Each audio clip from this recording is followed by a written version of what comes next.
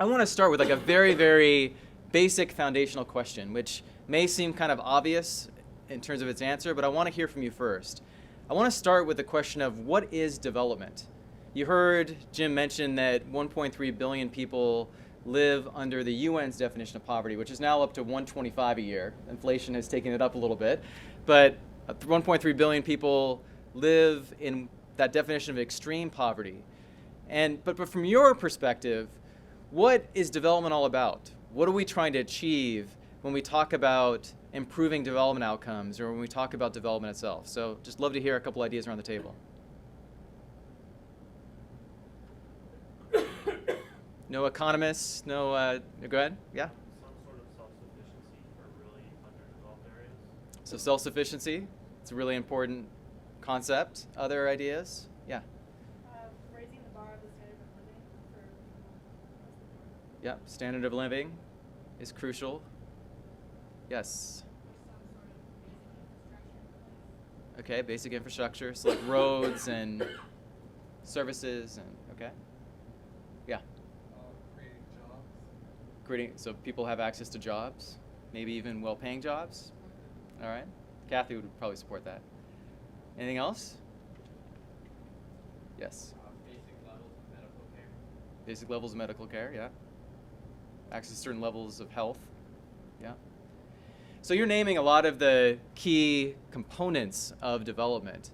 And the reason I'm asking this question is there isn't actually a widespread consensus around what is development. There's lots of very vigorous and healthy debates about what is development, because in some ways, in the history of development, it has been used and still can be used as a pejorative term.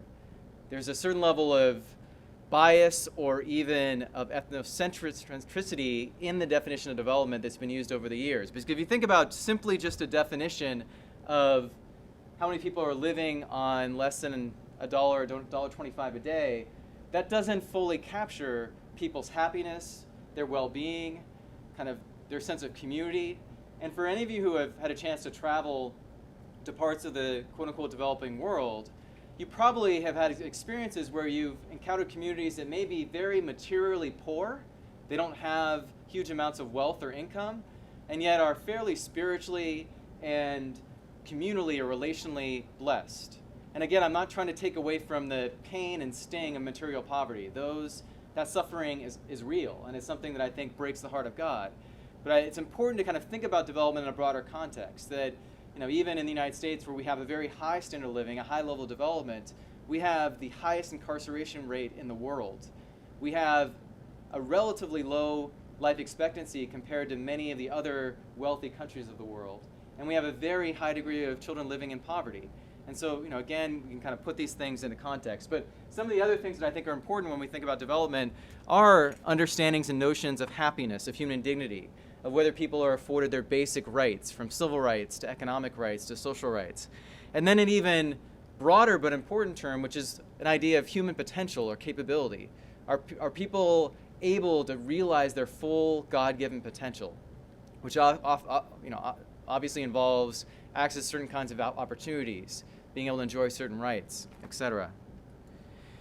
So I want to just quickly mention what World Vision's approach to development is, because I obviously work with World Vision, and it's one of a number of international NGOs out there that are committed to improving what we call well-being of children, but essentially we're talking about development outcomes. We're talking about improving the mortality, or improving the life expectancy of children and of families. We're talking about ensuring people have access to basic foods and nourishment so they can experience the fullness of life. We're talking about access to a good education and job training so they can access jobs in the future.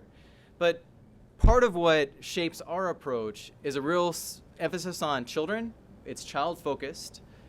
We're community-driven, so we work in the context of communities. We don't go into a community unless we have an invitation, and we work directly alongside community leaders to determine what their priorities are and what their biggest concerns are.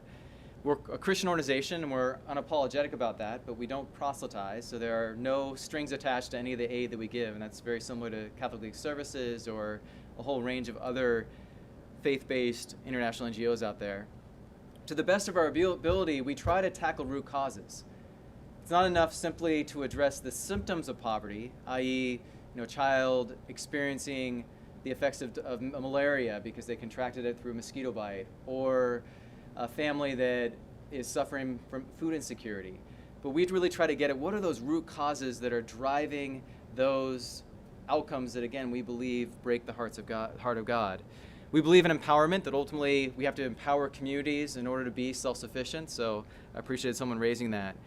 And our approach is really focused in 4 areas. One is ensuring that boys and girls can experience good health, that they can be educated for life, that they can experience the love of God and neighbors and are cared for, so there's a real community component there, and that they are protected and participating, so that they are protected within their communities. And I'm happy to answer more questions about this, and we can get into the details, but this is just a sense of how we approach development. I mentioned these areas before, but deals with education, health, children are protected, and that they are experiencing the love of God and neighbors. And then this is just a more complex way of looking at this. I don't have time to go into details, but you can kind of see that we have a whole set of principles that guide our approach to development, and then that informs our approaches. From that, we develop our aspirations and ultimately our goal of sustained well-being of children and families and communities, especially the most vulnerable. That is crucial to our mission, because if we're doing our mission right, we are reaching and touching the lives, transforming the lives of the most vulnerable, which is extremely difficult because so often they're the ones that are the hardest to reach, they're the most marginalized, they often are the most expensive to reach, and there are all kinds of obstacles in achieving that part of our mission, but it's crucial for us. We set a goal about a year ago that is an extremely aspirational one. I think we will only achieve it through some divine intervention. But we set almost a goal that is so audacious we probably can't achieve it just based on our current metrics, because we wanted to push ourselves out of our comfort zone. Right now, World Vision sponsors 4 million children around the world. And those children are part of larger communities that we help to touch and transform. But we have a goal that by 2016, we will have directly improved the well-being of 150 million of the world's most vulnerable children. And part of the reason I'm mentioning this is because advocacy, which is really my role and focus at World Vision, is the 3rd pillar of our mission. We do transformational development, we respond to emergencies and provide emergency assistance, and we engage in advocacy. And we realize we can never achieve this goal, at least within this time frame, unless we start changing systems and structures that are keeping people impoverished and that are oftentimes a root cause of poverty in so many of the communities in which we work. And so a lot of our emphasis over the last 10 years has been in empowering local communities to use their own voices, to hold their own governments accountable. It's a model and approach that we call citizen voice in action, and it's one that we are implementing in over 30 countries across the world. We also work at the national level to try to influence governments to hold them accountable to their promises or to get them to make new commitments. And we also work at the global level, particularly in the context of major forums like the G8 and the G20 and within the UN system. And so this kind of goal is crucial to us, but again, it only can be achieved if we are starting to change those decisions, those budgets that have such a dramatic impact on the lives of vulnerable children.